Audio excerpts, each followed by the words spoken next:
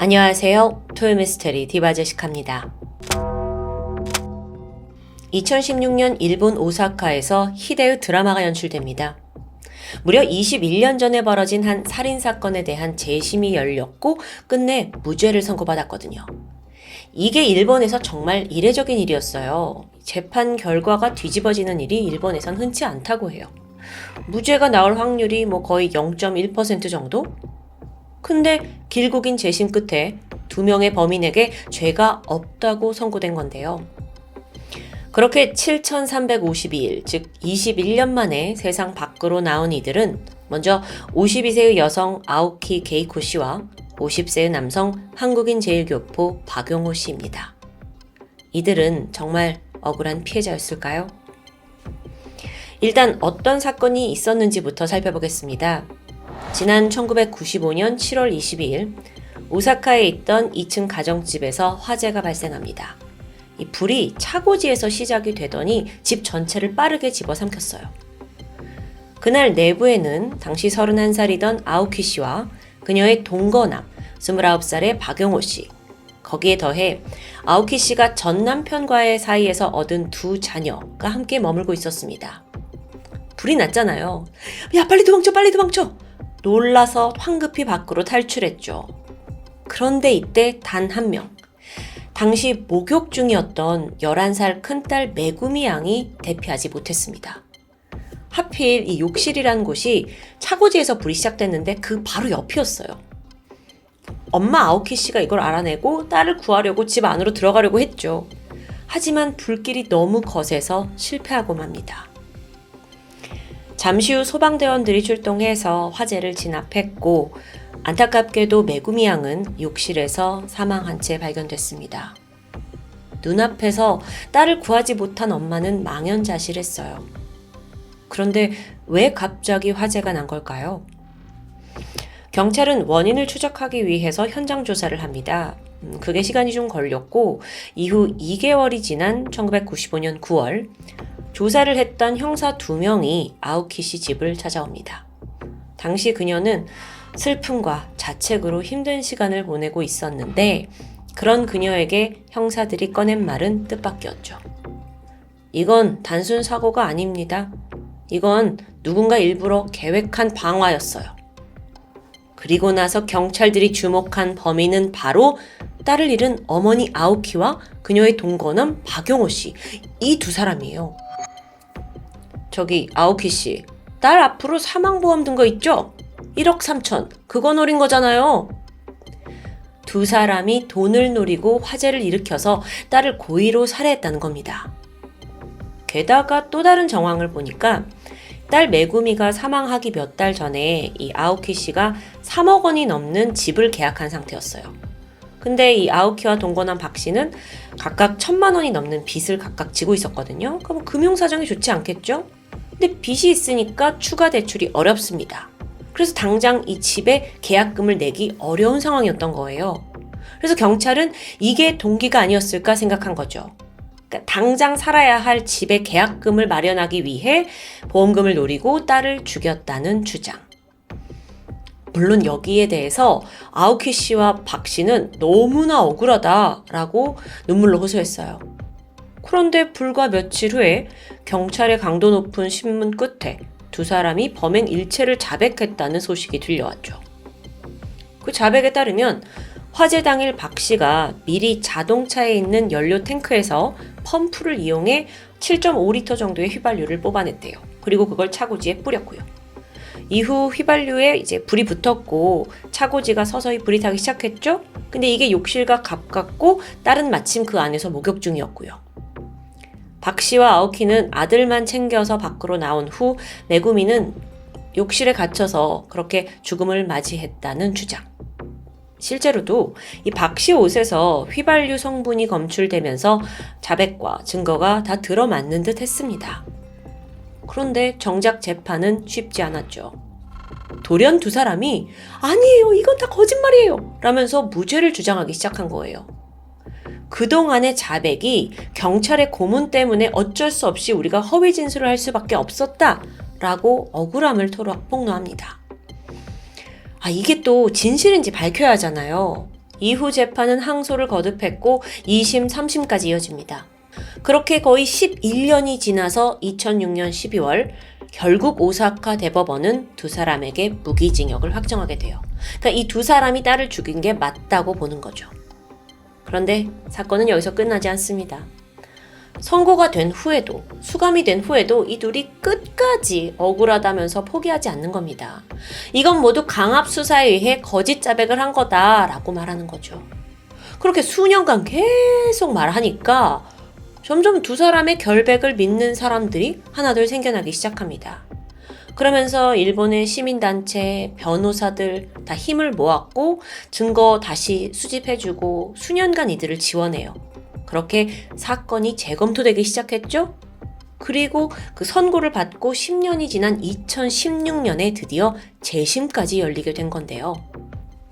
자, 그럼 무죄라고 말하는 이들의 주장을 좀 들어볼까요?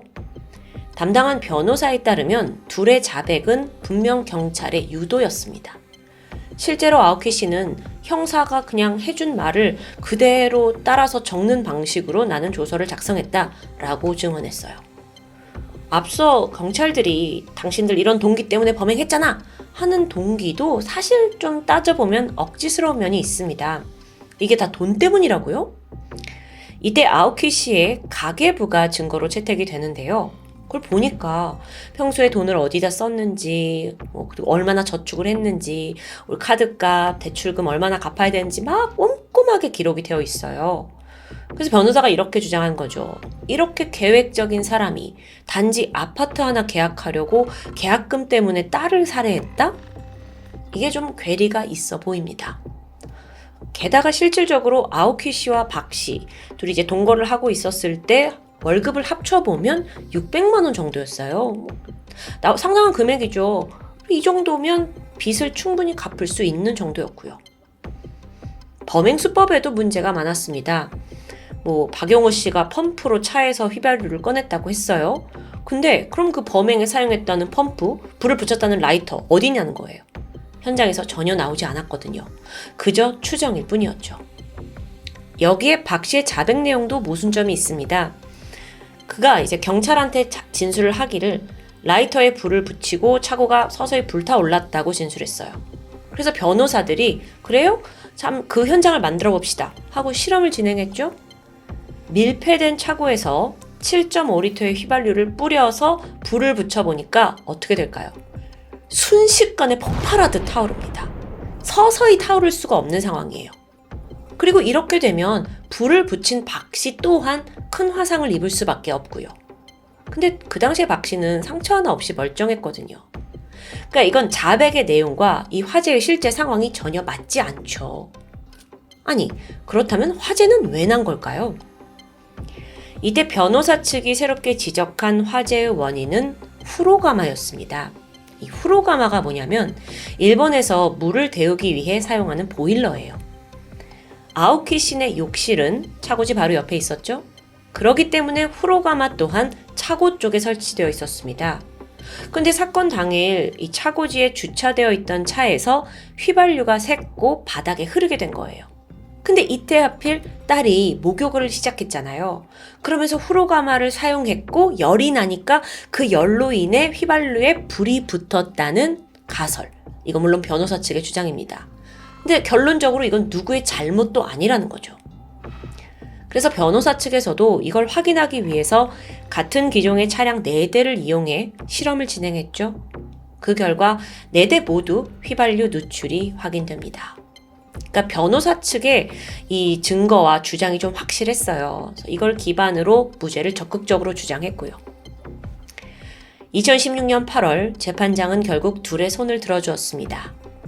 무죄 추정 원칙에 따라 당시 사건에서 이게 자연 발화됐을 가능성을 배제할 수 없다는 게 결정적인 이유였죠. 게다가 수사 역시 강압적으로 된 것도 인정됩니다. 그렇게 마침내 결백을 밝히고 두 사람이 자유의 몸이 된 겁니다. 박 씨는 풀려난 직후 이렇게 말했습니다. 강압수사에 대한 공포와 절망이 내가 견딜 수 있는 한계를 다 넘어뜨렸어요. 나는 영원히 자살한 상태에서 거짓 자백을 한 거라고요.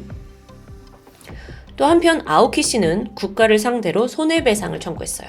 그러니까 두 사람이 수감되어 있던 기간이 7,352일인데 여기에 대한 보상으로 9,190만 엔, 그러니까 하나로 약 8억 원이 넘는 돈을 청구했고 승소해요.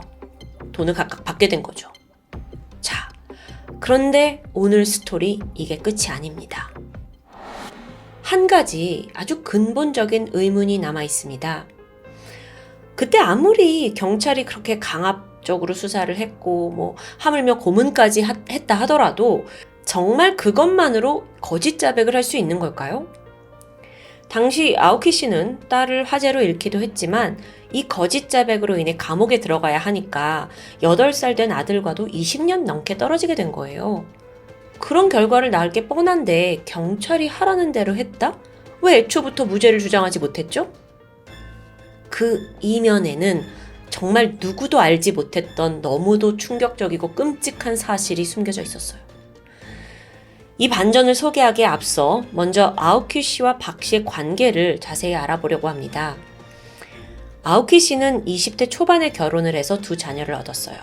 그중 첫째가 숨진 메구미 양이죠. 그런데 이제 아오키 씨가 23살이 되던 해에 남편이 집을 나갔고 혼자 키우게 됐는데요. 이 삶이 결코 쉽지 않죠. 그러다 얼마 후 아오키 씨가 돈을 벌기 위해 오사카에 있는 한 식당에서 종업원으로 일하게 됩니다. 그러다 거기서 단골 손님이던 제1교포 박용호 씨를 만나게 된 거죠. 여자는 남편이 없다는 아픔과 외로움이 있고 또 남자는 제1교포로서 당하는 차별에 대한 아픔과 외로움이 있었어요. 두 사람은 그렇게 서로를 위로하면서 가까워졌고요. 특히나 이제 관계가 발전하면서 박 씨는 아오키 씨의 아이들에게 매우 자상하고 친절했다고 합니다. 근데 이런 모습을 본 아오키 씨는 이 남자가 내 아이들한테 좋은 아빠가 되어주겠구나 라고 믿기 시작했죠. 비록 혼인신고를 하진 않았지만 아오키 씨와 박 씨 그리고 2 자녀가 결국 한 가정에서 살게 돼요. 아이들은 아빠가 생겼다는 사실에 너무도 행복해했어요. 그러면서 정말 아빠 이렇게 박 씨를 부르면서 잘 따랐고요. 그러던 와중에 갑작스럽게 이 집에 화재가 발생한 거고 큰딸 메구미가 사망한 겁니다. 자, 그런데 그 당시에 경찰이 아이의 정확한 사망 원인을 파악하기 위해 부검을 실시하게 되거든요. 당연한 절차죠.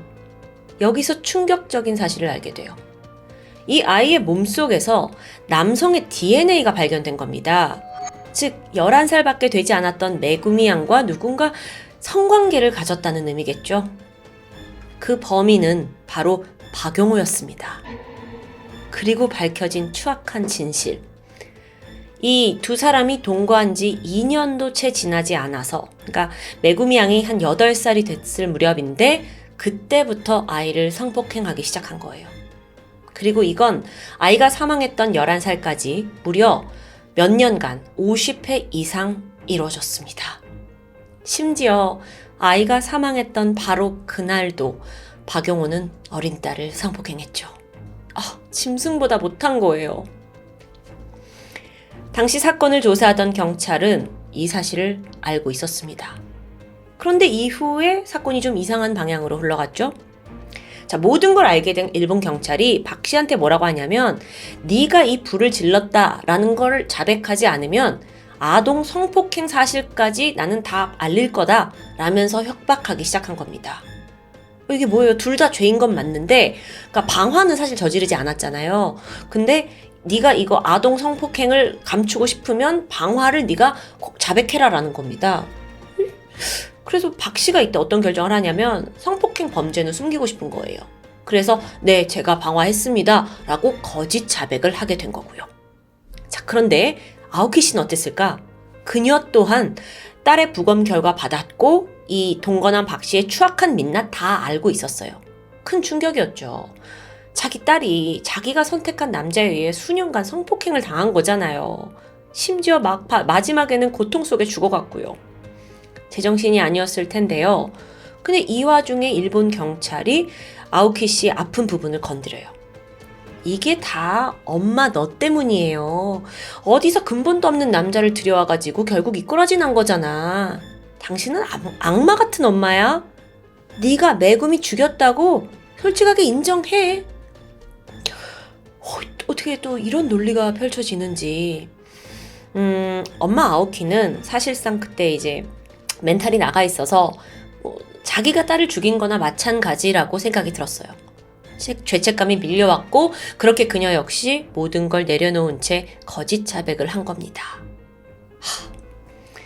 메구미 양이 성폭행을 당했다는 피해 사실은 실제로 재심 판결문에 고스란히 기록된 사실입니다.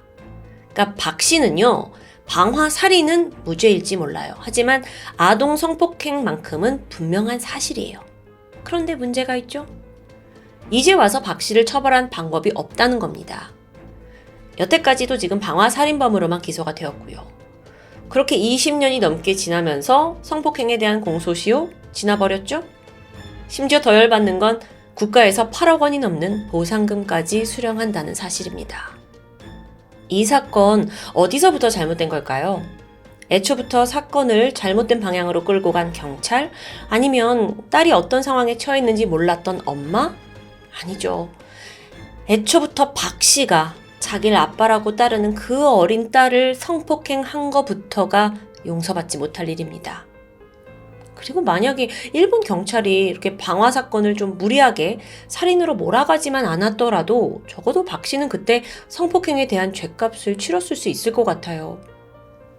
기나긴 재판, 그 과정 속에서도 이걸 바로잡을 기회는 사실 어느 정도 있었다고 생각이 들거든요.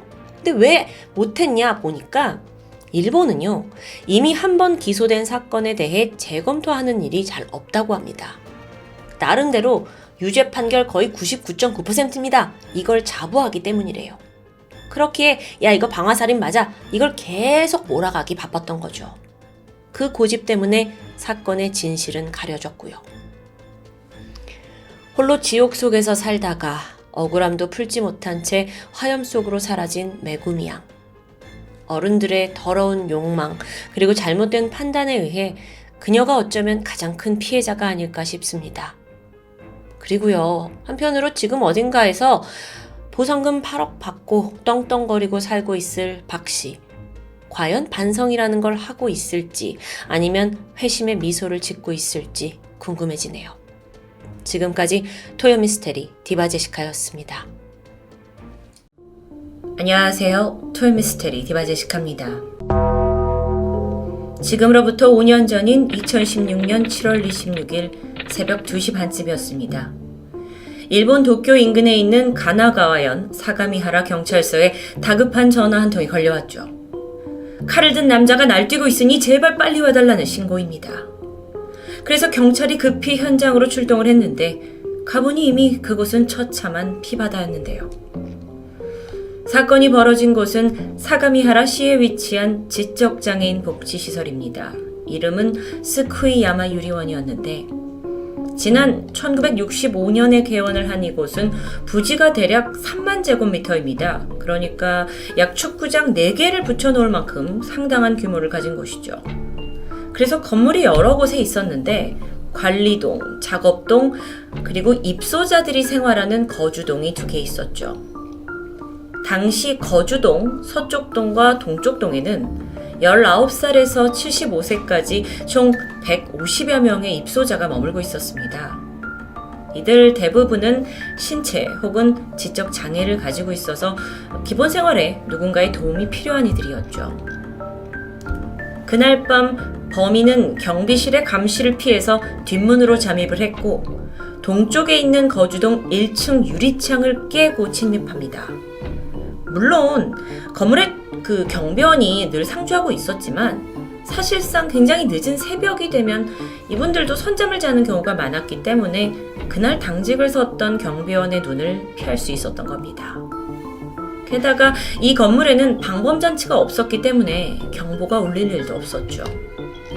그렇게 무사히 내부로 진입한 범인은 그냥 이후에 무차별적으로 눈에 보이는 사람들에게 칼부림을 했습니다. 정말 새벽에 날벼락이었는데요. 그의 손에 목숨을 잃은 피해자가 무려 19명. 이 중에는 9명의 남성과 10명의 여성이 있습니다. 모두 복지시설에 있던 입소자들이었어요. 피해자들을 좀 살펴보면 사망한 19살 여성은 복부를 찔려서 복강 뇌출혈로 사망을 했고요. 또 다른 40세 여성은 허리와 폐가 찔려서 목숨을 잃게 됐는데, 가만히 살펴보면 대부분의 피해자들이 상반신에 집중적인 상처를 입었습니다. 이 외에도 24명이 심각한 중상을 입었고요. 경찰이 현장에 도착을 했을 때 범인은 이미 달아난 후였습니다. 이후에 관할 경찰서는 비상이 걸렸죠. 그나마 살아남은 생존자들의 증언을 모았고 이 범인의 특징과 범행 방식을 알아낼 수 있었는데, 그는 우선 직원을 협박해서 열쇠를 뺏었던 것으로 보입니다. 그리고 잠겨있던 내부 공간들을 능숙하게 열었는데, 뿐만 아니라 입소자들의 실명을 외쳤다라는 증언을 통해 이건 내부자의 소행이 틀림없었죠. 혹시 입소자들 중 한 명이 정신적인 충격을 이기지 못하고 저질렀나 싶었는데요. 그렇게 범인을 추적하던 새벽 3시, 그러니까 사건 신고가 들어온 지 얼마 지나지 않아서입니다. 저벅저벅 한 남자가 경찰서로 걸어 들어왔죠. 그는 복지시설의 직원이었던 26살 우에마츠 사토시. 담담하게 고백합니다. 제가 했어요. 그는 이 복지시설 칼부림의 장본인이 자신이라고 순순히 인정을 했는데요. 약 1시간 전에 이 시설에 잠입을 해서 가장 먼저 모든 직원들을 준비한 끈으로 결박했다고 하죠. 그리고 가져온 흉기로 오직 입소자들만 무참히 공격했던 겁니다. 그러니까 사실 많은 사상자들이 나왔지만 그 중에 단 한 명도 직원이 없었다라는 이유는 바로 이것 때문이었습니다. 그런데 생각해보면 직원들은 그날 묶여있는 채 전 동료가 입소자들을 찌르는 상황을, 이 참상을 지켜볼 수밖에 없었다는 건데요. 심지어 그는 동료들을 묶으면서 이런 말을 했습니다. 야, 나 장애인 죽이려고 왔어. 그러니까 방해하지 마. 범행을 다 자백하고 결국 체포된 사토시. 그는 사실 장애인 입주자 전원을 죽이는 게 목표였다고 말합니다. 그런데 미처 제대로 묶어놓지 못한 다른 직원이 신속히 신고를 해버리면서 현장을 자기가 빨리 도망쳤다라는 정말 믿기 힘든 진술을 내뱉는데요. 그렇다면 궁금해집니다. 왜요? 사토시는 범행 동기에 대해서 이렇게 말했죠. 장애인 따위는 다 없어져야 하니까요. 1990년에 태어난 우에마츠 사토시. 외동으로 태어났는데 초등학교에서 미술교사로 일하시는 아버지와 또 만화가로 활동하는 어머니 아래서 평범하게 성장했습니다. 아버지는 말수가 좀 적긴 했지만 아들에게 직접 요리를 해줄 만큼 가족 간의 사이는 좋았던 것으로 보여요. 동창들의 진술을 들어보니까 사토시는 초등학생 때만 해도 밝은 성격에 모두와 친하게 잘 지내는 명랑한 아이였다고 합니다. 그런데 동창들이 기억하는 좀 특이한 점은 있었죠.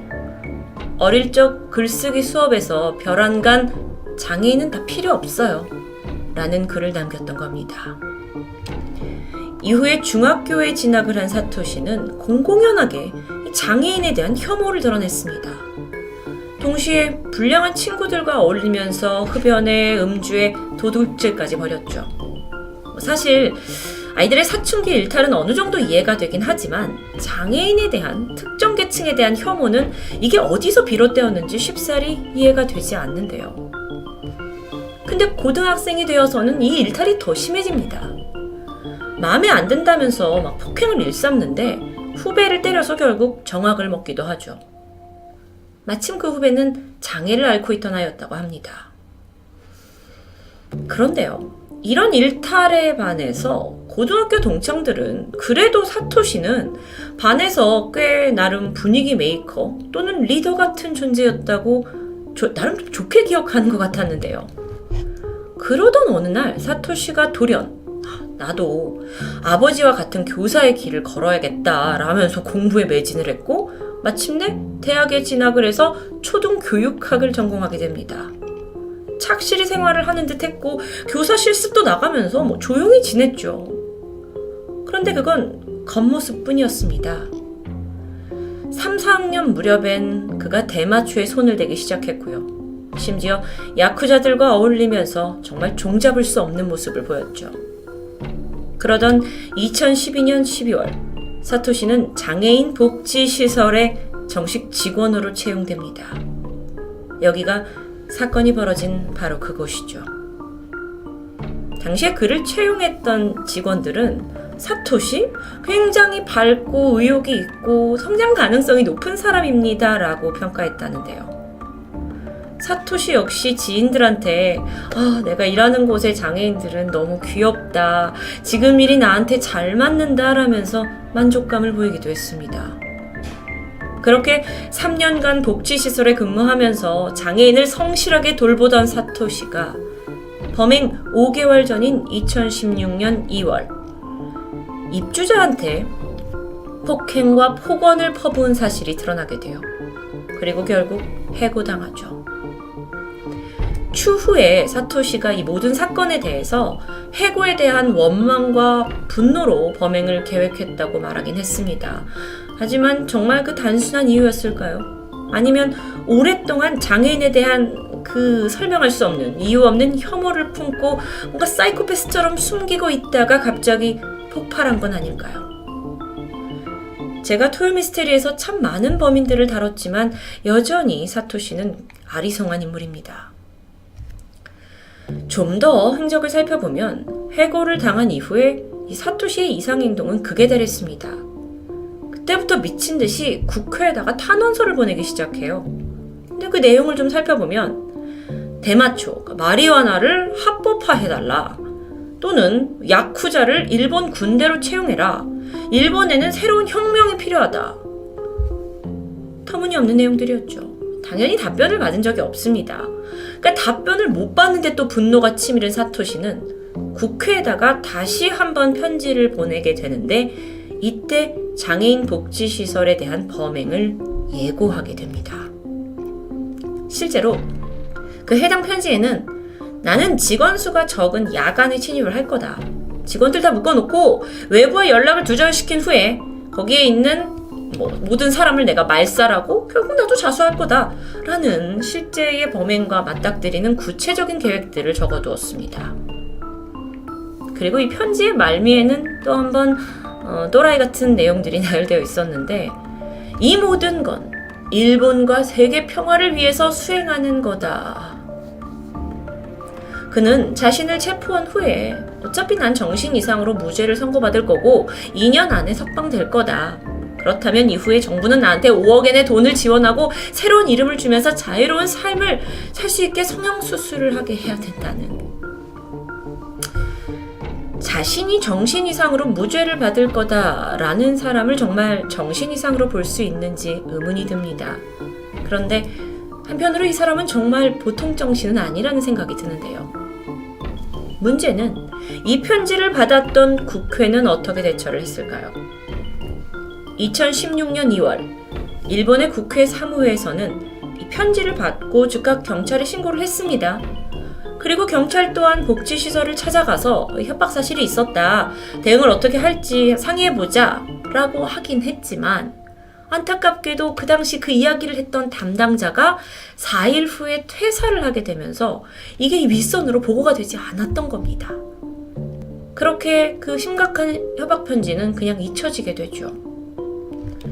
어쩌면 이 참사를 막을 수 있었던 마지막 기회를 허무하게 날린 것 같기도 합니다.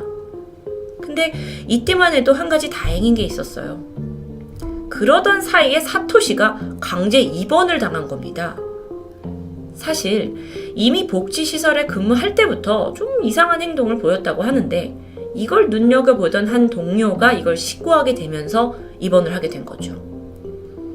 사토시가 인근 대학병원에 수감이 되었고 정신병동에 있게 됐는데, 여기에서 비사회성 인격장애를 진단받습니다. 자, 그런데 이번 한 달 만인 3월에 담당 의사가 이 사람은 타인에게 해를 끼칠 우려가 없다라는 진단과 함께 그를 퇴원 조치하게 되죠. 사토시가 범행을 마음먹게 된 건 7월 25일이었습니다. 길을 걷던 중에 다른 행인과 우연히 시비가 붙었다고 하는데 그때부터 누군가 나를 지켜보고 있다라는 피해망상에 시달렸던 겁니다. 그러면서 더 이상 지체할 수 없다고 생각했고 사토시는 집에서 칼 여러 개를 챙겨서 마트에서 망치와 끈을 구입해서 차분하게 하나씩 범행을 준비합니다. 이후에 또 다른 이해하기 힘든 행적을 보이는데 호텔방 하나를 빌려요. 그리고 거기서 머리를 금발로 염색하죠. 저녁 9시쯤 되니까 평소 마음에 품고 있던 지인 여성을 만나서 고급 식당에서 식사를 합니다. 나름대로의 최후의 만찬을 즐긴 걸까요? 그리고는 잠시 호텔에서 쉬다가 자정이 딱 넘으니까 복지관으로 향해서 계획했던 칼부림을 벌였던 겁니다. 범행 당시 그는 부엌 칼에 회칼까지 총 5개의 흉기를 지니고 있었고요. 공격해서 날이 부러질 때마다 칼을 교체하는 그런 치밀함을 보이기도 했습니다. 사토시는 범행 후에 경찰에 출두하기 직전 2시 50분에 트위터를 통해 이런 피드를 남기게 되죠. 세계 평화를 위해서 뷰티풀 재팬. 이 코멘트와 함께 올라온 셀카입니다. 이후 그는 편의점에 들려서 화장실을 이용했고 손과 몸에 묻은 피를 씻어낸 후에 태연히 배가 고팠는지 과자와 빵을 사 먹기도 했죠.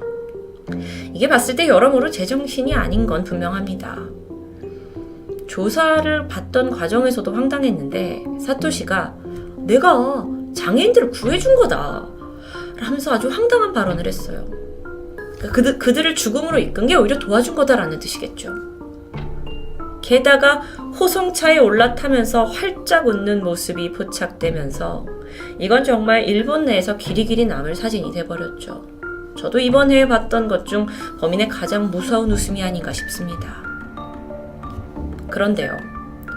지금까지 봤을 때는 얘는 분명 정신 이상자가 분명한데 그렇게 법망을 피해갈 수도 있지 않을까요? 첫 공판에서 사토시는 자신이 정신병이 있고 게다가 사건 직전에 대마초를 폈기 때문에 이건 명백한 심신미약이라고 주장합니다. 하지만 법도 그렇게 호락호락하진 않았죠.